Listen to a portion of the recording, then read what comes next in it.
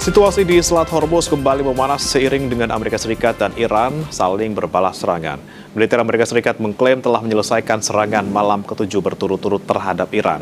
Penasihat senior pemimpin tertinggi Iran menegaskan akan melakukan serangan besar-besaran dan skala penuh jika serangan Amerika Serikat terus berlanjut selama 2 atau 3 hari lagi.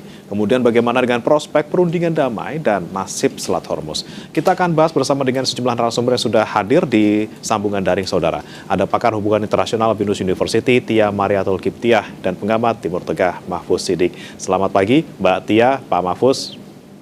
Selamat pagi, Mas. Selamat pagi, Mas.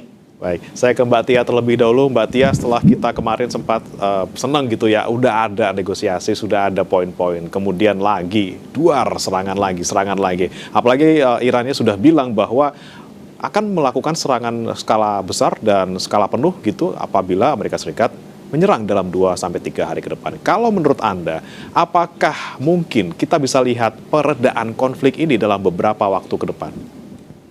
Semua tergantung Amerika Serikat, Mas Bray. Kalau Amerika Serikat memiliki itikat baik, sebetulnya konflik ini bisa selesai. Karena kalau merujuk kepada MOU, dari awal saya sudah mengatakan bahwa MOU itu tidak mengikat.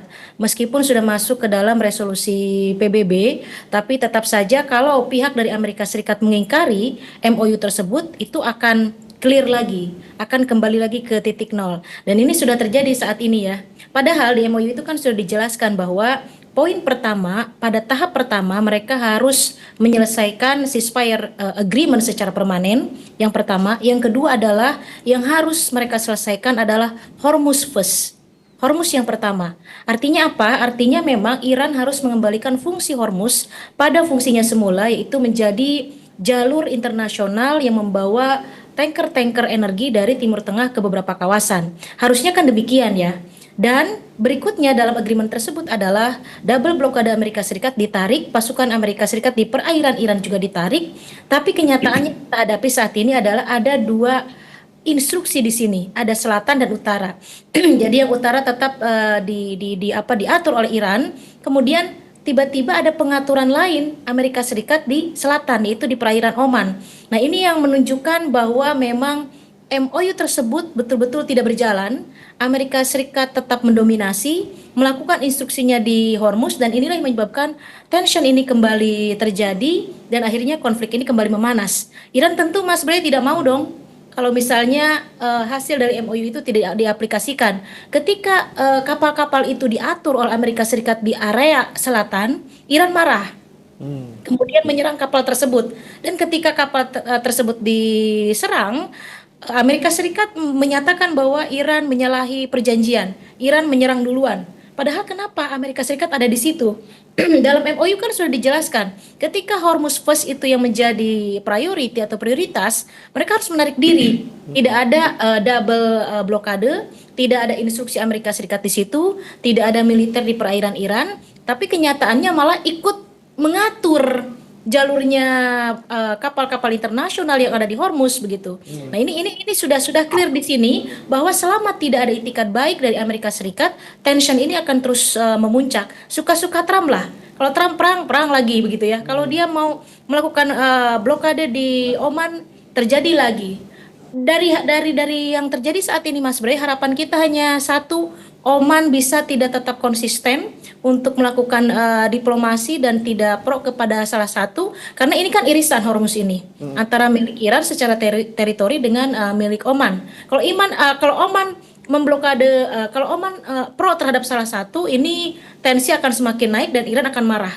Maka saya melihat Oman di sini lebih hati-hati ya, hati-hati sekali. Takutnya Iran marah kalau dia nampak memperluas atau mempersilahkan Amerika Serikat melakukan double blokadenya. Tapi Oman juga hati-hati, kalau pro terhadap Iran, dia juga akan dihabisi Amerika Serikat. Jadi dalam hal ini nampak semua negara-negara Teluk itu mengambil sikap lebih hati-hati. Beberapa negara-negara Teluk yang diserang oleh Iran karena penyerangan Amerika Serikat ini, semuanya tidak ada yang serang balik. Baik Kuwait ataupun Jordan ataupun Uni Emirat Arab ya, semuanya mengambil posisi diam. Karena memang kalau mereka sedikit saja bergerak, maka apa yang terjadi ini efeknya akan kemana-mana, terutama harga minyak akan naik, dan kalau sampai di 120 dolar per barrel sangat membahayakan perekonomian dunia, Mas Bray. Oke, nah ngomongin soal negara-negara Timur Tengah nih, Pak Mahfuz, kita lihat belum ada gitu yang untuk bisa membalas serangan yang dilakukan Iran ke pangkalan militer di negara-negara Teluk. Tapi jika kita melihat mungkin skala ataupun juga frekuensi serangan yang kemudian masih terjadi gitu, terakhir Yordania juga diserang, ada yang meninggal juga di sana. Apakah kemudian sikap dari Timur Tengah, negara-negara Timur Tengah ini akan tetap seperti itu, atau nanti ada kemungkinan mereka juga akan membalas seperti itu? Ya, kalau kita lihat langkah yang dilakukan Amerika Serikat setelah mengumumkan bahwa MOU is over ya, pada tanggal 7 Juli lalu di salah satu KTT NATO di Turki, Amerika memang punya target dua hal. Yang pertama ingin menyeret sekutunya di Eropa untuk masuk membantu Amerika dalam perang jilid 2 ini. Yang kedua adalah Amerika juga ingin menyeret lebih jauh negara-negara Teluk untuk terlibat ya di dalam perang jilid 2 dengan Iran. Dan nampaknya negara-negara Teluk memang tidak punya pilihan kecuali mereorientasi posisinya untuk secara bersama-sama berdiri di belakang Amerika. Tetapi reorientasi posisi ini tentu saja punya resiko yang lebih besar. Kenapa? Karena sebagaimana yang sudah disampaikan oleh misalnya Menlu Abbas Araghchi bahwa kalau Amerika militernya terus melakukan serangan ke infrastruktur sipil di Iran misalnya, maka Iran akan mengaktifasi Houthi untuk mulai menutup Bab el-Mandab, dan itu artinya jalur pelayaran kedua di kawasan tersebut yang melewati Laut Merah ini akan tertutup sebagaimana Selat Hormuz, dan ini akan menciptakan biaya yang sangat tinggi berlipat ganda bagi negara-negara Teluk terutama Arab Saudi, dan tentu saja juga ini akan berdampak kepada dunia. Nah, yang kedua, kalau kita lihat kenapa Amerika ingin menarik juga sekutunya di Eropa, ini juga terkait dengan sikap yang disampaikan oleh Presiden Trump pada saat KTT NATO di Turki, di Ankara, bahwa Amerika punya intensi untuk meningkatkan keterlibatannya di Ukraine dalam menghadapi Rusia. Nah, kalau itu menjadi rencana Trump, maka ada kebutuhan bagi Trump, bagi Amerika untuk segera menyelesaikan capaian target-target perang dengan Iran. Apa targetnya? Memang tidak akan menghancurkan atau melumpuhkan total atau bahkan pergantian rezim di Iran, tetapi setidaknya kekuatan-kekuatan militer yang strategis di Iran ini bisa dieliminasi sampai tingkat yang paling maksimal, ya, paling tidak kemampuan rudal balistik dan radar untuk menggerakkan semua persenjataan rudal balistik itu. Dan nampaknya inilah yang menjadi target serangan militer jilid 2 dari Amerika, yang mereka memiliki jendela waktu 60 hari sejak tanggal 10 Juli, karena setelah 60 hari itu kan harus kembali mendapat persetujuan dari Kongres Amerika. Nah, pertanyaannya adalah kalau militer Amerika mampu menekan secara lebih masif, sistematik dan efektif terhadap instalasi dan infrastruktur militer Iran, termasuk juga infrastruktur sipil, maka sangat mungkin dengan kalkulasinya negara-negara di Teluk ini akan terlibat secara langsung di dalam operasi militer jilid 2 ini. Tapi kalau kemudian operasi militer jilid 2 ini dikalkulasi atau dinilai tidak efektif di dalam menghancurkan atau melemahkan kekuatan militer Iran, maka sangat mungkin negara-negara Teluk GCC ini juga akan menarik mundur kembali posisinya untuk terlibat lebih jauh. Nah, jadi saya kira memang ini situasi yang sulit bagi negara-negara Teluk ya, untuk apakah betul-betul akan maju atau kemudian mereka harus menilai perkembangan dalam 1 minggu terakhir ini. Nah, kalau kita lihat bagaimana efektivitas serangan, nampaknya ini tidak lebih efektif dibandingkan serangan pada gelombang pertama 40 hari perang sebelumnya. kalau kita lihat dari jumlah serangan, dari senjata atau rudal yang ditembakkan, dari pesawat yang digerakkan, ini masih jauh lebih kecil dibanding serangan tahap satu yang dilakukan Amerika bersama dengan Israel. Nah, pada sisi yang lain, kalau kita lihat, ya Iran ini telah mengancam dua hal yang sangat akan diperhitungkan oleh Amerika dan negara Teluk. Satu adalah menutup bab Al-Mandab, dan yang kedua adalah ancaman militer Iran untuk menyerang aset-aset properti milik Trump di kawasan negara-negara Teluk, khususnya di Emirat, di Saudi, dan di Qatar. Dan saya kira Trump ya orang yang sangat transaksional, begitu aset-aset propertinya di negara Teluk ini telah menjadi target sah ancaman serangan militer Iran, saya kira Trump akan berhitung sangat untuk melakukan serangan yang lebih. Ini soal hitung-hitungannya Trump itu. Saya mau ke Mbak Tia. Mbak Tia, dengan saat ini mungkin kalau menurut Pak Mahfuz tadi tidak terlalu efektif jika dibandingkan dengan serangan yang gelombang pertama gitu. Serangan yang kali ini tidak terlalu efektif untuk bisa melemahkan militer Iran. Ini berarti Amerika Serikat itu salah kalkulasi lagi atau memang tidak peduli, pokoknya saya serang walaupun tahu Iran itu tidak bisa ditundukkan ataupun dibikin manut lah istilahnya kalau diserang seperti itu, Mbak. Ya, saya sepakat dengan Pak Mahfuz ya. Kita melihat bahwa memang serangan-serangan Amerika Serikat itu tidak presisi. Makanya kan Iran tidak ada pembalasan. Biasanya Iran itu akan langsung membalas berdasarkan karakter orang Persia itu ketika hantaman tersebut betul-betul terkena dampak yang sangat vital. Misalnya seperti sekolah pada serangan pertama itu ya 120 siswa sekolah di Iran itu meninggal, itu telak sekali buat Iran. Maka yang dilakukan balasannya juga sangat telak. Dalam hal ini Iran diam dan memilih strategi lain. Dia lebih memilih menyerang beberapa negara-negara yang memang ada military basis Amerika Serikat di kawasan Teluk, Mas. Misalnya seperti Jordan, kemudian Kuwait. Kuwait itu kan negara kecil tapi diserang karena memang pusat logistiknya di situ. Kemudian berikutnya adalah Uni Emirat Arab yang memang terkenal dengan military basis Amerika Serikat di bidang angkatan udara misalnya.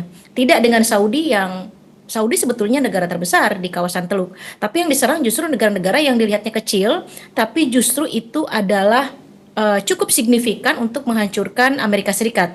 Tidak secara total ya, menghancurkan dalam arti di sini adalah military basisnya Amerika Serikat di kawasan Timur Tengah. Jadi Iran itu sekali menyerang penuh perhitungan. Dia sadar betul kalau dia menyerang secara sama brutalnya dengan Amerika Serikat, dia tidak akan mendapatkan apa-apa. Karena memang Iran juga dalam posisi saat ini di bawah sanksi Amerika Serikat, ekonominya sedang tidak membaik. Kemudian jika kita di-compare dengan kekuatan militer Amerika Serikat, jelas di bawah Amerika Serikat, Mas Bre. Jadi setiap kali serangan dia akan melakukan serangan yang sangat presisi, yang penuh perhitungan, yang kalau dia menyerang balik itu akan memberikan efek terhadap Amerika Serikat. Sementara Amerika Serikat menyerang ya menyerang saja begitu. Infrastruktur iya, jembatan itu rusak. Ada hospital juga, ada masyarakat sipil Iran juga yang terbunuh. Tapi dibanding dengan serangan yang pertama, itu memang jauh lebih dahsyat serangan yang pertama. Sangat presisi, membunuh pimpinan tertinggi, membunuh ratusan anak sekolah di sekolah Iran begitu ya. Kemudian memberikan efek psikologis yang luar biasa. Tapi saat ini sepertinya Iran lebih siap. Jadi kalau Amerika Serikat ke depannya patternnya seperti ini terus, saya nampaknya melihat bahwa nanti Amerika sampai pada titik kelelahan, bukan kalah ya, kelelahan, frustasi karena memang setiap serangannya dia tidak memberikan efek yang cukup signifikan terhadap Iran, Mas Bre. Oke, baik. Nah ini yang kita juga pantau di Selat Hormuz gitu. Saya ke Pak Mahfuz. Saat ini masih mencekam, tentu saja tidak hanya di Selat Hormuz, tapi juga serangan sampai meluas ke Samudra Hindia di Iran. Iran menyerang kapal di Samudra Hindia seperti itu. Anda melihatnya bagaimana kemudian ke depannya Selat Hormuz ini jika ada opsi bahkan nanti Selat Bab el-Mandeb juga ditutup seperti itu? Ya, kalau reaksi Iran kemudian berlanjut karena Amerika tidak mengendurkan atau tidak menghentikan serangan, sudah bisa dipastikan bahwa Houthi akan segera menutup Bab el-Mandab, yang artinya jalur Laut Merah ini akan tertutup. Nah, dua choke point yang akan sangat mempengaruhi kebutuhan energi dan perdagangan dunia ini akan terganggu.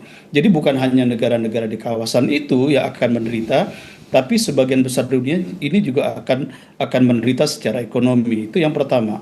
Yang kedua, yang harus kita catat betul bahwa situasi memanas dan tertutupnya kembali Selat Hormuz ini kan tidak terjadi sampai ditandatanganinya MOU dan kemudian Iran membuka selat itu untuk pelayaran sesuai dengan arrangement navigasi atau pengaturan navigasi yang dilakukan oleh Iran sampai tanggal 7 Juli.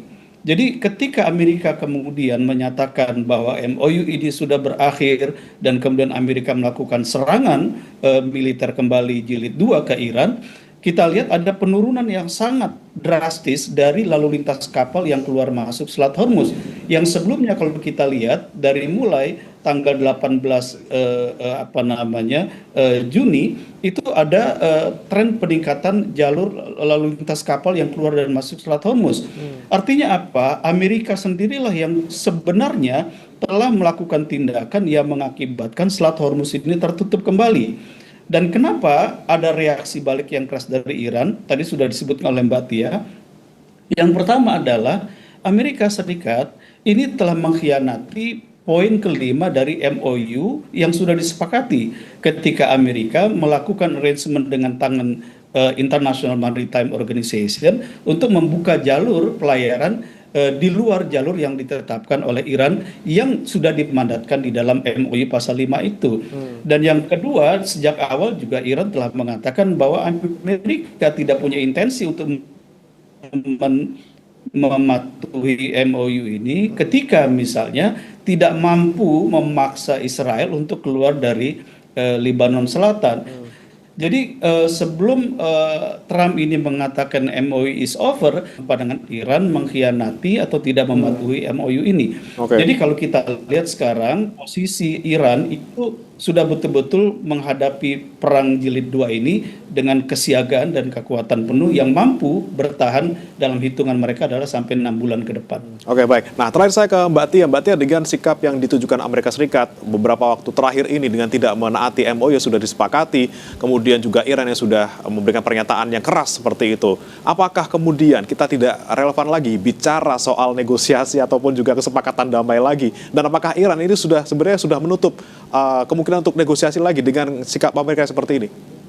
Agak pesimis ya, karena kan Iran awalnya percaya bahwa dengan cara diplomasi di Swiss itu mereka akan menyelesaikan masalah, kemudian akan berdamai. Tapi ternyata belum berapa lama ya, Mas Bray, ini langsung terjadi lagi serangan, dan serangan kali ini akan menyebabkan Iran lebih hati-hati dan bagaimana cara menaikkan kepercayaan Iran kembali untuk kembali ke meja perundingan. Sebetulnya saya awalnya itu sekitar misalnya ya mungkin mempresentasikan 50-50, mungkin sekarang 70-30 Mas. 30 itu agak susah untuk kembali merealisasikan jalur diplomasi karena memang Amerika Serikat melakukan serangan-serangan sampai 7 hari dan itu cukup vital juga memberikan efek terhadap Iran, yaitu infrastruktur sipil ya yang diserangnya. Jadi hal ini akan membuat Iran sangat hati-hati ke depannya. Apakah akan kembali ke meja perundingan? Saya menyisakannya 30%, Mas Bray. Iran masih mau, karena di situ ada Qatar juga ya, yang saya pikir Qatar adalah satu negara kecil di kawasan Timur Tengah, tapi juga cukup signifikan bisa menyatukan antara Amerika Serikat dengan Iran. Saya pesimis dengan Pakistan. Saya melihat bahwa ada aktor baru di sini, Qatar bisa menjadi mediator. Oke, Qatar di sini yang mudah-mudahan bisa menjadi penyelamat dalam tanda kutip. Walaupun kita agak pesimis gitu, kita melihat apakah ada negosiasi antara Amerika dan juga Iran ke depannya. Kita lihat bersama-sama bagaimana perkembangannya. Terima kasih Mbak Tia Mariatul Kiptia, pakar hubungan internasional BINUS University, dan juga Pak Mahfuz Siddiq, pengamat Timur Tengah, sudah bergabung di Sapa Indonesia Pagi. Selamat pagi.